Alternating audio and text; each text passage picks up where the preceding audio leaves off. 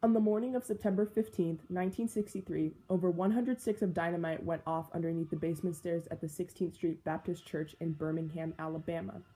The tragic act of terrorism committed for white supremacy completely set off the African American community in Birmingham and pushed them even further to fight for justice and equal rights. Such a hate crime left a very big thumbprint in American history. It moved many African Americans to receive the treatment that they deserve, but that has yet to be fulfilled. Birmingham, Alabama, 1963, one of the worst times for African Americans. The civil rights movement was strong, especially in the year 1963. Important marches, speeches, and people were just a small bit of the major events that occurred just a few months before one of the most tragic racially motivated attacks in history.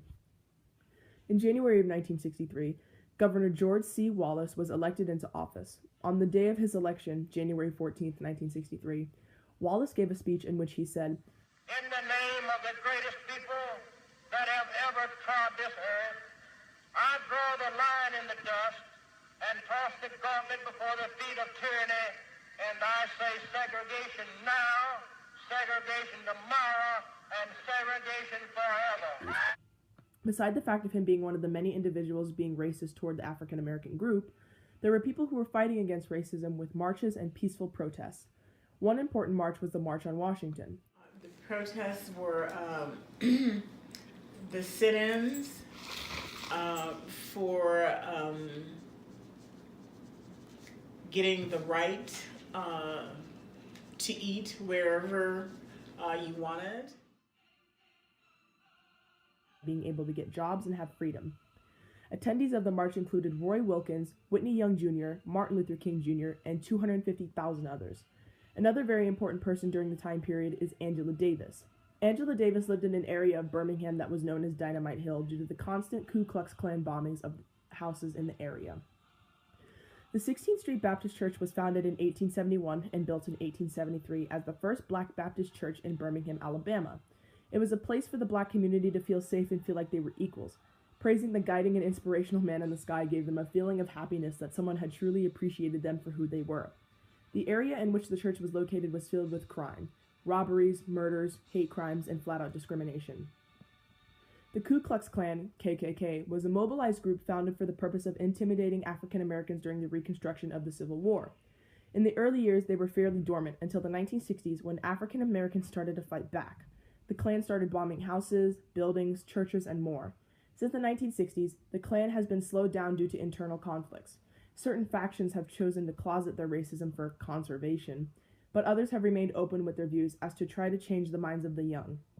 This was to attract more members and to culminate more of a following. Kids in school, the Black minorities, the Mexicans, I think they're taking their parents' drugs and bringing it to school and trying to make money off of it because their parents are so worried about doing drugs than providing for their own children.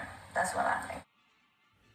On the morning of September 15th, 1963, 3 Ku Klux Klan members planted 155 sticks of dynamite underneath the stairs of the 16th Street Baptist Church.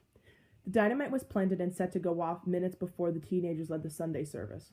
4 girls were pampering themselves in the bathroom preparing for the service when the church received a phone call. On the other line was a single male's voice which stated, 1 minute. Sarah Collins, the sister of Addie Mae Collins, was the unfortunate one to answer the phone.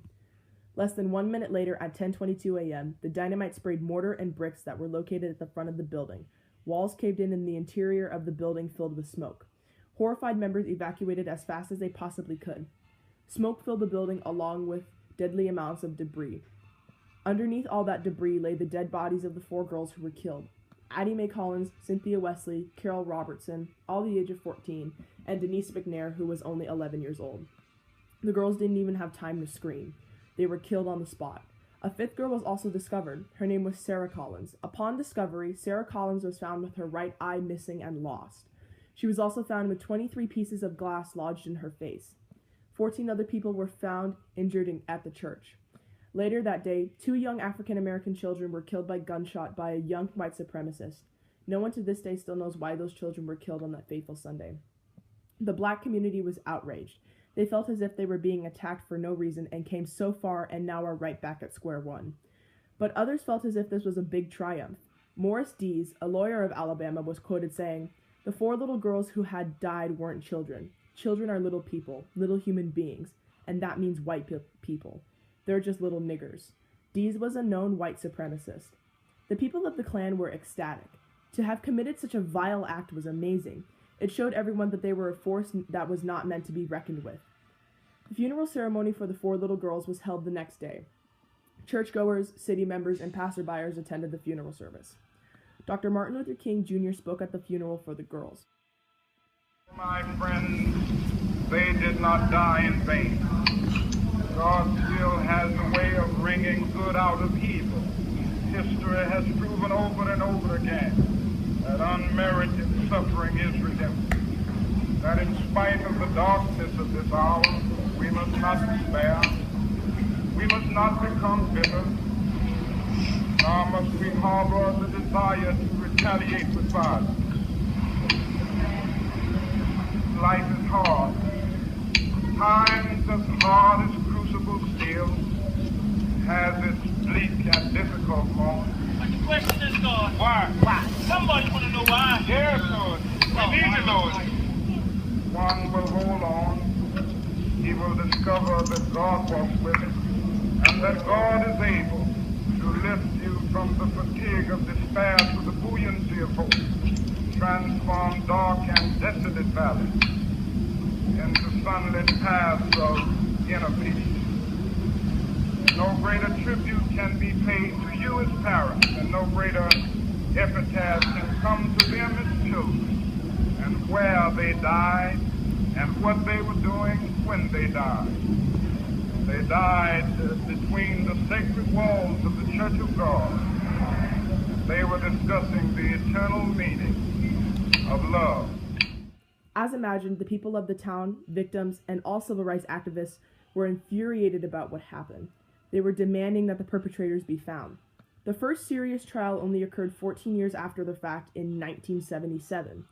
Robert E. Chambliss was the first perpetrator convicted of murder, but still claimed his innocence, even though records showed that he was a former Klan member. Chambliss later died in prison in 1985. After he was sentenced to jail, the court later ruled that the case be ruled closed. The case later reopened in 1980, in 1988 by Alabama Attorney General Don Siegelman, and in 1997. In 1997, Frank Cherry was brought into the court to be tried. Thomas Blanton Jr., another suspect, was tried and found guilty of murder and terrorism in 2001. Frank Cherry was found guilty in 2002. Cherry then died in 2004. The fourth and final suspect, Herman Frank Cash, died in 1994 before police could find him and try him for a conviction. This attack left behind a legacy that is very important in African American history. The planting of the bomb changed the course of U.S. history based solely on the culmination of centuries of hate and racism. Even after the horrific and tragic death of 4 innocent children, America was really slow to react to the discrimination. More and more acts of hate towards African Americans happened every day after the bombing. African Americans then did not receive great treatment, and to this day still do not receive the treatment that is deserved. African Americans had to fight for what is right under the white man's rules of society. No drugs, violence, or any protest whatsoever. Whites saw themselves as the superior race since the dawn of times and better than any person of color. That mentality is still seen today in this day and age. To put blacks in their place, the time of slavery was put upon them and they were treated as animals. Slavery was then eventually abolished, but then came a different eye of superiority of white people, segregation. No one would want to be convicted or accused of racist ways because it's hard for one to succumb to the truth of facts. It's devastating that there are still people like this today with a racist mindset. Similar attacks are still prevalent in today's world. For example, on June 17, 2015, Dylan Roof, a white supremacist, shot up an all-black church in Charleston, North Carolina. 9 were killed and multiple injured. Roof himself even said, "I would like to make it crystal clear, I do not regret what I did. I'm not sorry. I have not shed a tear for the innocent people I killed." Roof was not accused until roughly 2 years later and was awarded the death sentence. These attacks have never stopped the African American community. They will still continue to fight for justice and what is right for them. Yes, they may get hurt, but they are a family all as one. So the attack on the 16th Street Baptist Church may have been a triumph for white supremacists. It was a tragedy for a moment for African Americans, which turned into a stepping stone for success.